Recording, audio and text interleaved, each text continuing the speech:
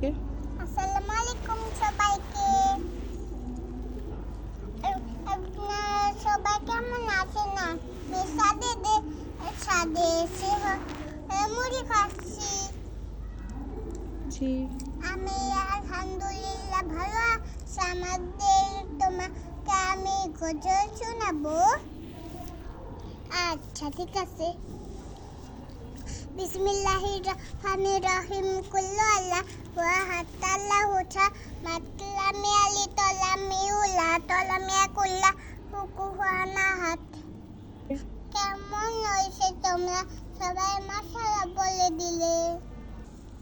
তোমাকে একটা আমি গজল শোনাবো।